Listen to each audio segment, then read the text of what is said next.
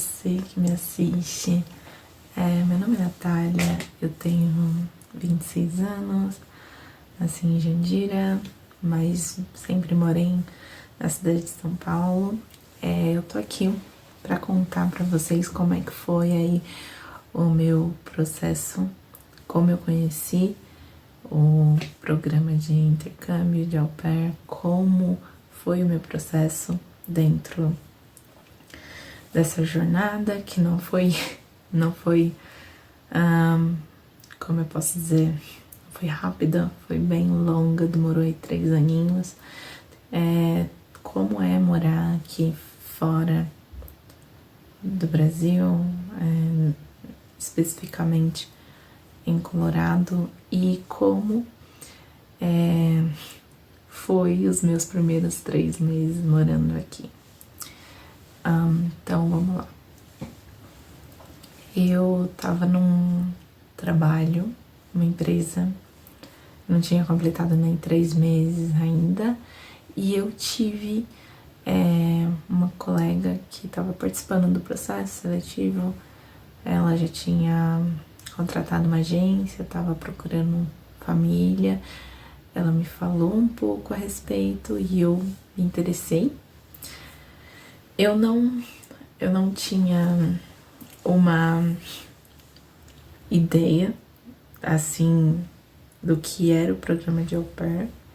Ela foi contando um pouco de como funcionava e eu fui me interessando porque eu já tinha essa ideia na minha cabeça de eu quero fazer intercâmbio, mas até então essa ideia de fazer intercâmbio aos 20 e poucos anos pra mim era um pouco distante da minha realidade.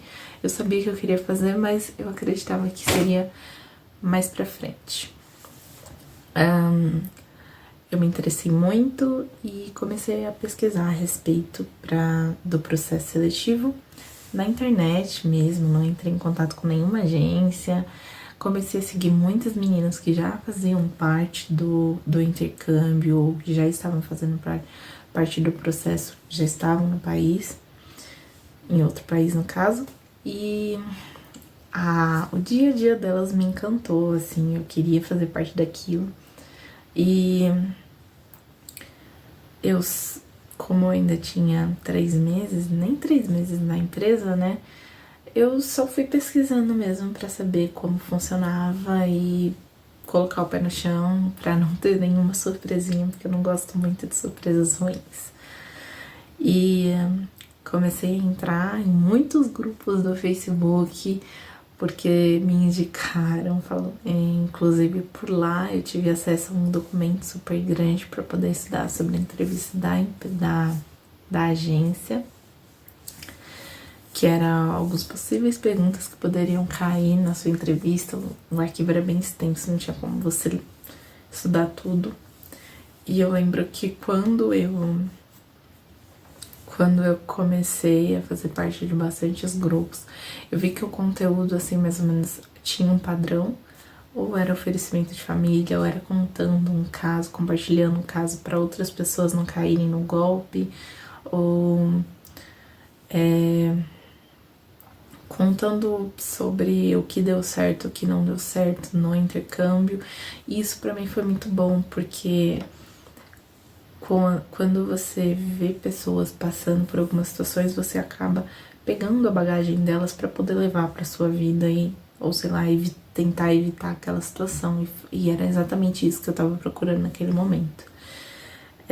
O ano era 2019, quando eu descobri, mas demorou aí até abril de 2020 para eu poder entrar em contato com uma agência, né, que estava de acordo com os meus requisitos.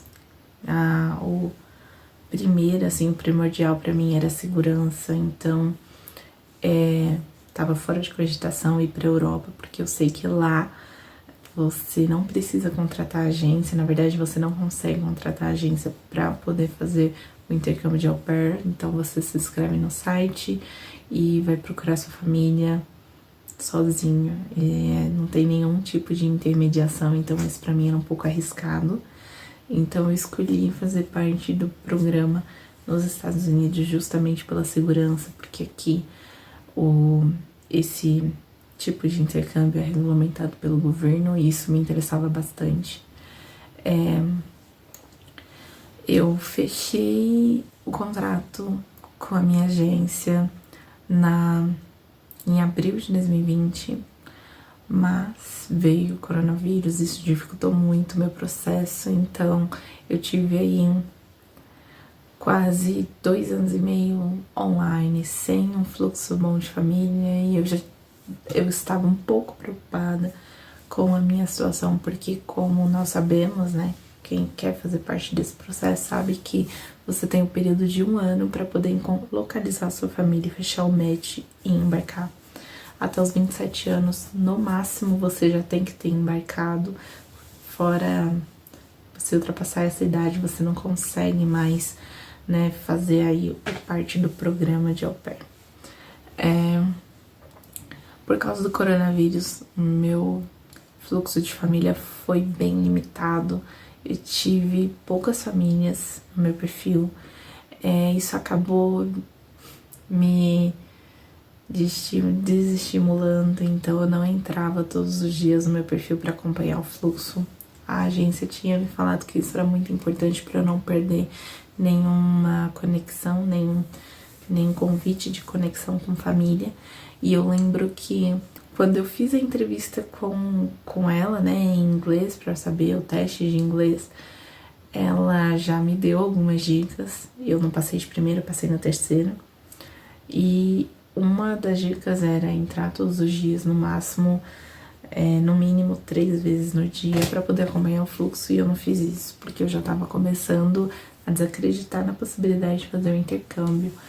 E eu lembro que quando isso acontecia, quanto mais demorava, para mim, mais longe ficava esse meu sonho. E eu acabei focando mais na minha carreira, na empresa que eu estava. Eu acabei deixando de acompanhar o fluxo do meu perfil, já não comentava mais nada com ninguém, porque eu acreditava que isso não era mais possível. Quando foi no começo de 2022, a agência entrou em contato comigo, né? Porque já tinha normalizado a situação, então eu tava esperando aí a minha terceira dose da vacinação e elas... o consulado já tinha regularizado a agenda, então não era quando tava no coronavírus, quando tava tudo fechado, você não conseguia embarcar, se você queria agendar visto, você não conseguia. Depois que passou essa época, lá no começo do ano de 2022, mais ou menos, que tudo começou a ficar normal, a agência entrou em contato comigo para perguntar se eu ainda tinha interesse em fazer parte do programa, e eu falei que sim. E eu pensei que fosse só por causa da renovação de contrato, né? Porque, como eu falei, por causa do coronavírus, o meu fluxo de famílias foi bem pouco. Eu conversei com uma família e eu acabei, né, seguindo pros grupos oferecimentos de famílias do Facebook. Gente, não façam isso porque é muito perigoso. E eu vou deixar essa história pro próximo vídeo, mas se você tá procurando uma agência porque você quer segurança e ela, né, que é responsável aí pela intermediação entre a família e você, é certeza de que ela verificou a família. E se você vai procurar sozinha numa outra rede social, isso aí é um pouco perigoso. Eu já deixo essa dica aí. Mas temos história. E quando eu falei que sim, eu estava interessada, no mesmo dia apareceu várias famílias no meu perfil. Eu não fiquei sem entender o porquê, porque até então eu acreditava que só podia conversar ali com uma família e não era o que estava acontecendo comigo.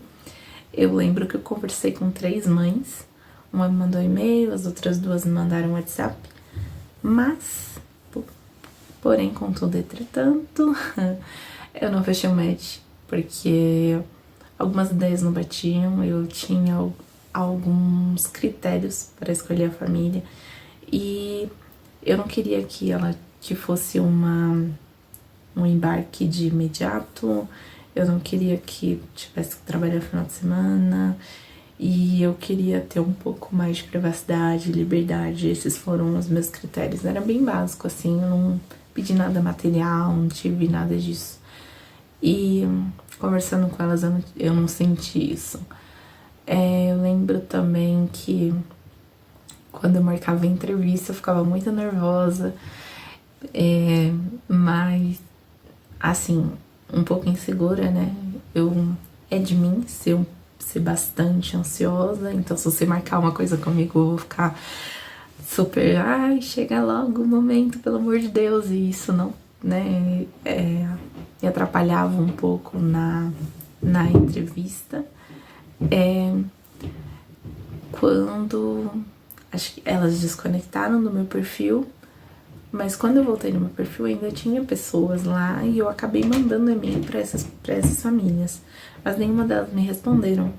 Acho que passou mais ou menos um mês, a gente tava em abril, mais ou menos no final de maio, a agência ligou para mim para perguntar porque tinha tanta família no meu perfil ainda e como é que tava a conversa, né, a interação entre eles, com eles, na verdade, e porque como é que tava o andamento dessa conversa, porque eu ainda não tinha, né, escolhido uma família, ela achava isso estranho. Eu falei que tinha tentado entrar em contato, mas que nenhuma delas tinha me respondido. E aí ela me deu uma informação muito importante, guarda isso.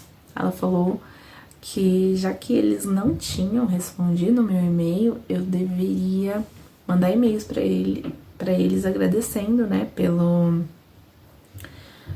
interesse, mas que eu acreditava que isso não ia dar certo e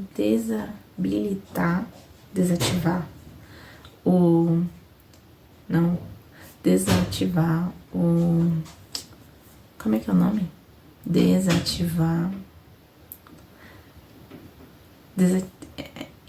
Inativar eles do meu perfil. Para vocês terem uma noção, eu tinha 12 famílias no meu perfil naquela época. Então era muita família. E apenas 3 mães entraram em contato comigo. E eu fiz isso, ela explicou porque quando você tem família parada no seu perfil, você não recebe novas famílias no fluxo. Então eu fiquei estagnada ali. Assim que ela me falou, eu mandei e-mail para todo mundo falando por que eu tava dando tchau e agradecia pela atenção, que na verdade eu não tive. E no dia seguinte eu tive uma solicitação de conexão com a minha família. E eu lembro que eu fiquei muito feliz. Eu nunca tinha ouvido falar na cidade que eles moravam. Pra mim era bem novo. E eu lembro que minha primeira sensação assim era de não criar expectativa, porque sempre que eu conversava com uma nova família, eu já me colocava lá, já me sentia parte da família, porque a conversa era sempre bem interativa. Eu sempre gostava muito da atenção delas, de como elas conversavam comigo e me deixavam à vontade. Então acho que isso facilitava bastante para minha imaginação florescer, digamos assim. Eu lembro que assim que eu aceitei a conexão, eles perguntaram se eu queria fazer uma videochamada. E eu fiquei super nervosa, porque eu tava com medo, né, desse momento, porque geralmente era fazer uma entrevista via videochamada e logo em seguida viria a inativação, né? No caso, ele falaria que não estava interessado, ou eu me desencantaria e falaria que pra mim não funcionaria. Eu tava com medo dessa sensação de sonho versus realidade. No final, eu falei que sim, e eu expliquei pra ele a minha agenda e por que eu achava que seria melhor fazer no domingo. Eu não trabalhava dia sábado, fora de casa, depois da pandemia, né, eu trabalhava 2 ou 1 dia no escritório e os outros apenas em casa. Mas eu não queria fazer videochamada durante a semana, queria me preparar. E no domingo também, porque eu teria o sábado inteiro para poder me preparar para isso. No domingo, eu tava daquele jeito, ansiosa, nossa, não passava nada, não tava daquele travada. Até que chegou o momento da entrevista, a gente conversou, foi super tranquilo, calmo. Eu lembro que eu tive muita dificuldade para falar com eles. O que eu não entendia, eu falava que não tinha entendido, eles faziam mímica para me explicar. E a conversa, a videochamada acabou sendo bem engraçada e interativa. Durou mais ou menos uns 40 minutos a entrevista. Eu lembro que eu não tive primeiro contato com as crianças. Assim, na primeira ligação, eles me contaram um pouco sobre como funcionaria a rotina deles e como funcionaria a minha caso a gente tivesse o match. Eu não achei nada demais, nada que eu não faria na minha casa, então pra mim tava tranquilo. E sim, gente, depois da primeira ligação eu já estava nas nuvens, no ápice, assim, gente, eu vou pra essa família, é isso, já tinha me encantado, não tem essa. E quando eu coloco uma coisa na cabeça é bem difícil de tirar. Quem me conhece sabe. Depois da primeira ligação, a gente continuou mantendo contato. E eu lembro que eu fiquei bem feliz, assim, eles mandavam mensagem 2 vezes na semana. Eu nunca tomava iniciativa pra mandar mensagem, porque eu tinha medo de ficar atrapalhando, de demonstrar desespero, ou sei lá, eu tinha receio. Então eu sempre esperava a iniciativa deles para poder responder a mensagem. Eles marcaram a segunda entrevista, no caso, conheceria as crianças. E eu lembro que eu tava com um pouco de receio aí do que conversar, de como puxar assunto, de como fazer com que as crianças gostassem de mim, ou de passar uma boa imagem para a família. Mas, graças a Deus, tudo fluiu muito bem na conversa. E eu também, depois disso, assim que a gente finalizou a segunda ligação, eles pediram o match, eu aceitei. Eles perguntaram quando eu estaria disponível para poder fazer o embarque. E eu falei que eu tava trabalhando atualmente no Brasil e que eu precisaria de um tempo para poder me desligar e preparar, né, a documentação, porque não tinha, né, no caso, o visto. Assim que eu aceitei, eu recebi um e-mail da ANCC, né, que é responsável pelo nosso bem-estar aqui da agência que a gente contratou, e eu acabei conversando com ela. A gente fez uma ligação que é obrigatória. Ela perguntou como é que eu tava, se estava ansiosa, minhas expectativas para chegar no país. E eu falei que eu estaria sim disponível para poder fazer o embarque em agosto, mas eu não falei a data. E ela falou, pode ser dia 4, tem o dia 4 disponível se você quiser, porque aí daria tempo de eu fazer, no caso, o visto, a documentação, né, a semana de treinamento, que é obrigatório pela agência, e embarcar. Antigamente, essa semana de treinamento acontecia em Nova York, assim que eu me inscrevi no programa. E eu estava super entusiasmada em conhecer a Times Square, Nova York. Não foi nada disso. Foi em casa, gente. Foi em videochamada e eu pedi uma semana de férias para esse treinamento. Era o dia inteiro, não tinha como. Eu lembro que eu ficava imaginando como que ia ser um dormitório com as meninas, mas eu não tive nada disso. Foi tudo videochamada. Eu até entendo, né? Porque o custo-benefício é melhor para a agência, então é um dinheiro que eles não precisam gastar. Bom, foi isso que teve. Não conheci Nova York ainda, tá na minha meta. E Voltando pro tema, foi isso. Eu falei pra ela que queria no dia 4, então, e foi a correria pra conseguir os documentos. Vou fazer sim com visto na cabeça. Vou fazer um vídeo aí contando de como é que foi a minha experiência com os documentos. Eu encerro por aqui. Fiquem com Deus e muito obrigada aí por acompanhar. Deixe seu feedback, que é muito importante. E até a próxima.